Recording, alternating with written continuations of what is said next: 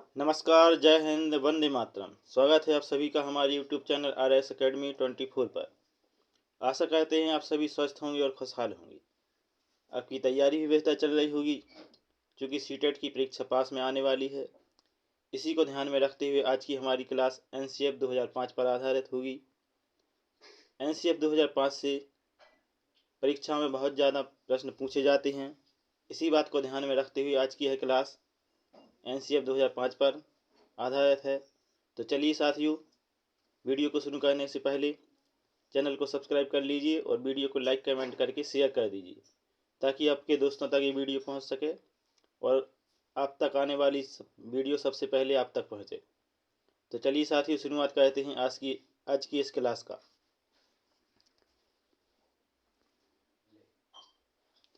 तो NCF क्या है?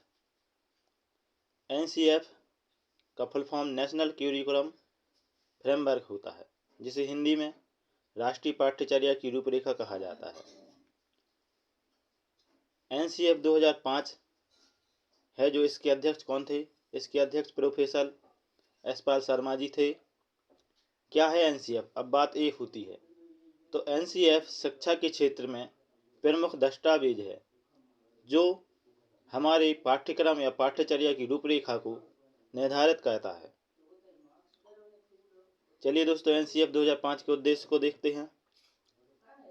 इसका पहला उद्देश्य है बच्चों का सर्वांगीण विकास करना एवं उन्हें स्कूली शिक्षा से बाहरी शिक्षा से जोड़ना। तो कहने की बात यह है कि बच्चों का सर्वांगीण विकास यानी सभी तरीके से विकास करना एवं उनकी जो स्कूली शिक्षा है, उनकी स्कूली शिक्षा को बाहर की शिक्षा से जोड़कर बच्चों को सिखाना, ये पहला उद्देश्य है NCF का। चल अगला उद्देश्य देखते हैं।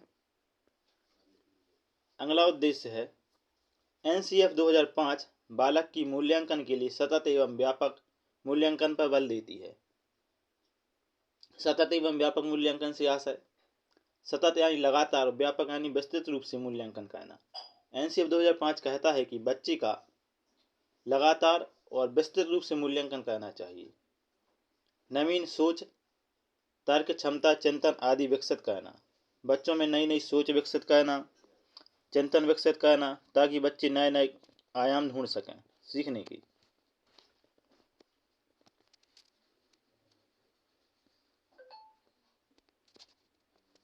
NCF विशेष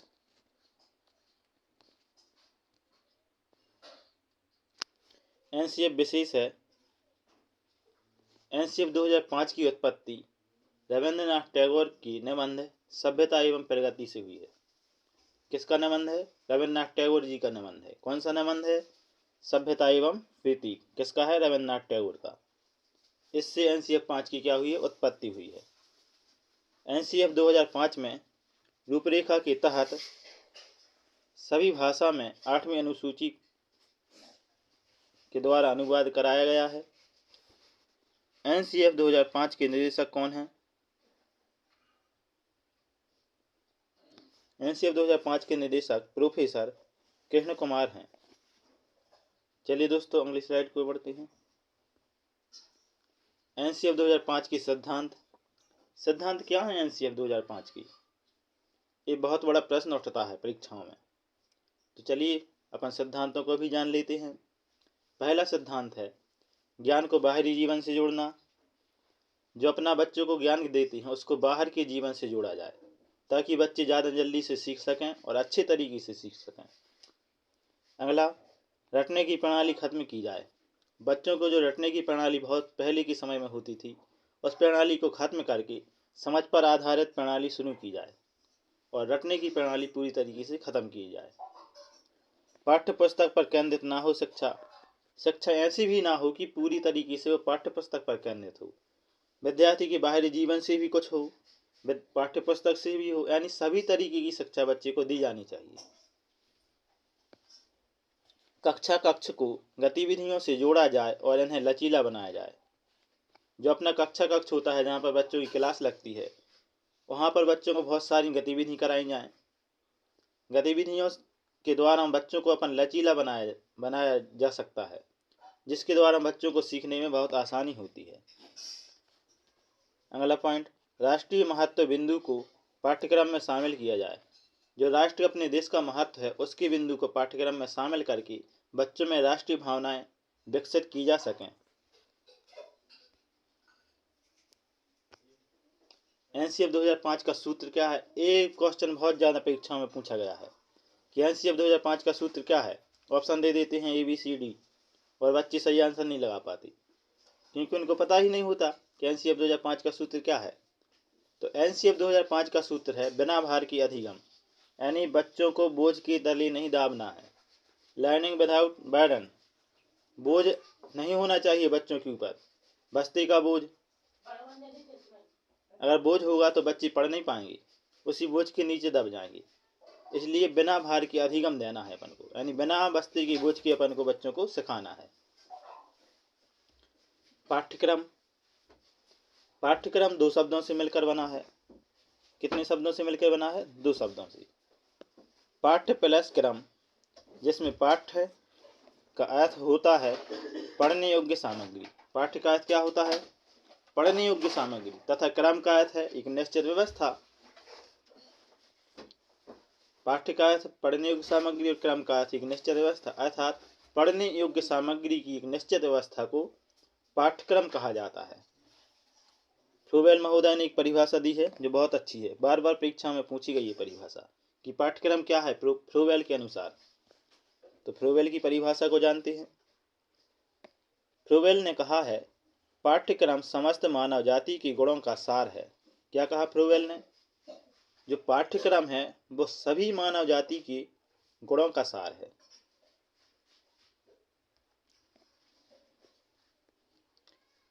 एनसीएफ 2005 के महत्वपूर्ण बिंदु भी पूछे गए हैं। ऑप्शन में दे देते हैं इनमें से कौन सी एनसीएफ 2005 की विशेषता नहीं है या कौन सी विशेषता है। तो इस तरीके के प्रश्न भी परीक्षाओं में भर भर के पूछे जाते हैं। तो चलिए अपन इनको भी देख लेते हैं। विद्यार्थियों को रटने से मुक्त कराया जाए जिससे उनका चहुमुखी विकास हो सके। विद्यार्थियों को रटाना नहीं है अपन को कि कोई भी टॉपिक पढ़ाया और रटाने लग गए कि ऐसा ऐसा ऐसा होता है, नहीं, उसको समझाओ। अगर अपन उसको समझाएंगे तो उसका चहुमुखी विकास होगा। ये बहुत बड़ा पॉइंट है एनसीएफ का। शिक्षा बाल केंद्रित हो, शिक्षा ऐसी ना हो कि पूरी तरीके से शिक्षक के ऊपर केंद्रित हो। शिक्षा ऐसी होनी चाहिए जो बालक के ऊपर केंद्रित हो, यानी बालक की आवश्यकताओं के अनुरूप शिक्षा हो।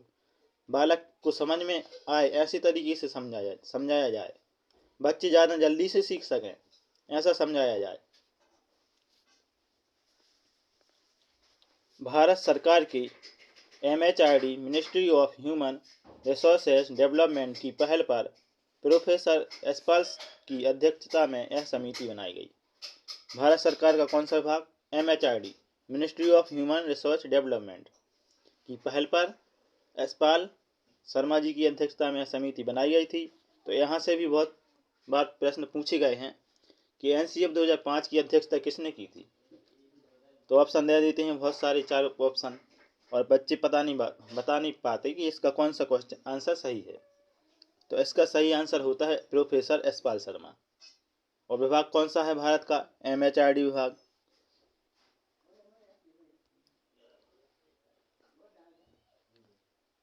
पाठ्यक्रम ज़्यादा से ज़्यादा व्यवहारिक होना चाहिए। पाठ्यक्रम ऐसा ना हो कि बिल्कुल पुस्तक पर केंद्रित हो। पाठ्यक्रम अपने व्यवहार को ध्यान में रखते हुए बनाना चाहिए ताकि बच्चों को सीखने में आसानी हो और बच्चे ज़्यादा जल्दी आसानी से सीख सकें।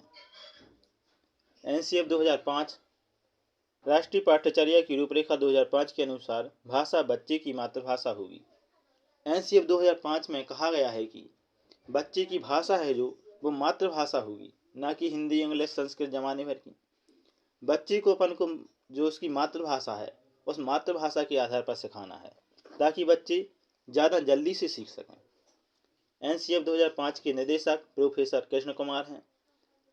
बार बार पूछा गया एनसीएफ 2005 के निदेशक कौन हैं। ऑप्शन दे देती हैं 4, बच्चे बता नहीं पाते क्योंकि उन्होंने पढ़ा ही नहीं। तो आज पढ़ लेते हैं हम। एनसीएफ 2005 के निदेशक प्रोफेसर कृष्ण कुमार हैं। बहुत बार क्वेश्चन पूछा गया है यहाँ से, VVIP है ये। अगला पॉइंट, शिक्षण सूत्र ज्ञात से अज्ञात एवं मूर्त और अमूर्त की ओर होगा। शिक्षण सूत्र कैसा होगा? ज्ञात से अज्ञात की ओर। ज्ञात से अज्ञात का मतलब पहले बच्चों को वो सब सिखाया जाए, बताया जाए जो बच्चे पहले से जानते हैं, उसके बाद उसको वो सिखाया जाए जो वो नहीं जानते हैं। ये होता है ज्ञात से अज्ञात। एवं मूर्त और अमूर्त। मूर्त से अमूर्त क्या होता है?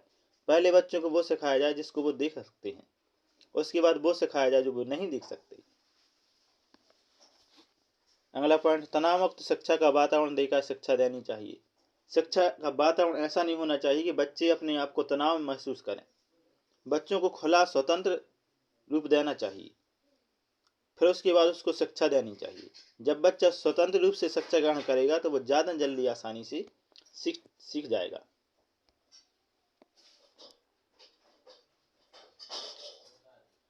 अभिभावक को यह संदेश दिया जाए कि छोटी उम्र में निपुणता की आकांक्षा रखना गलत है।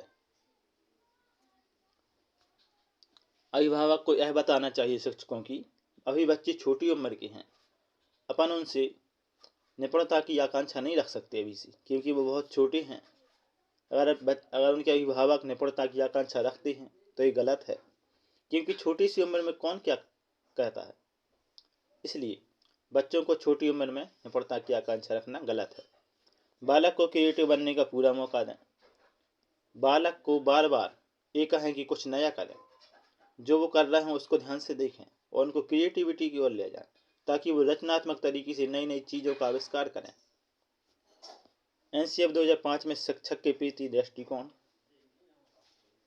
शिक्षक ज्ञान का स्रोत नहीं है। ये बहुत बड़ा पॉइंट निकल के आता है परीक्षाओं में कि शिक्षक क्या है? ज्ञान का स्रोत है? हाँ है, नहीं है, बहुत से ऑप्शन दे देती हैं। तो शिक्षक ज्ञान का स्रोत नहीं है कि उसको सब कुछ आता है। वो केवल एक सुगम कहता होता है जो चीज़ों को सरल करके बताता है बच्चों को।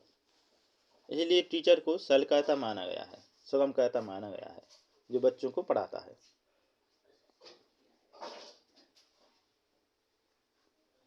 तो ये थी आज की हमारी क्लास एनसीएफ 2005 पर आधारित। आशा करते हैं आपको यह वीडियो अच्छी लगी होगी। वीडियो अच्छी लगी है तो चैनल को सब्सक्राइब करके वीडियो को शेयर कर दीजिए, ताकि आने वाली वीडियो आप तक सबसे पहले पहुंच सकें। नमस्कार, जय हिंद, वंदे मातरम।